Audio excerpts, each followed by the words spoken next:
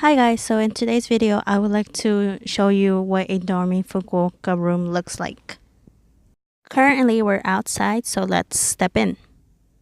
Towards your left, you'll see a shoe closet.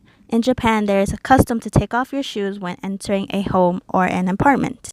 You may place your shoes on the gray section of the floor or in the shoe closet. The next door towards your left is the toilet. Now in Japan, the toilet is usually separate from the bathtub. So the next thing you'll see is where the bathtub and sink are located at. Now moving on towards the right side, you'll see a washer. Dryers are also available on the third floor, but you must pay for them. A mini kitchen, which includes a stovetop and a sink. They also provide you with some shelves, a closet. Now I suggest that you buy hangers. Dormy provides you with a mini fridge. I usually just keep desserts in there since they provide you with breakfast and dinner.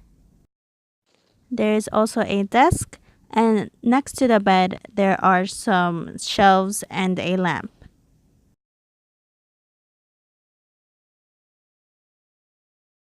So the last thing I'll show you guys is the balcony.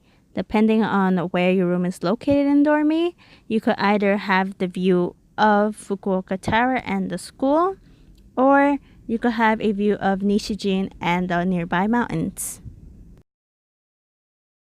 This was a basic rundown of what a Dormy Fukuoka room looks like. I hope you guys enjoyed, and I'll see you guys next time.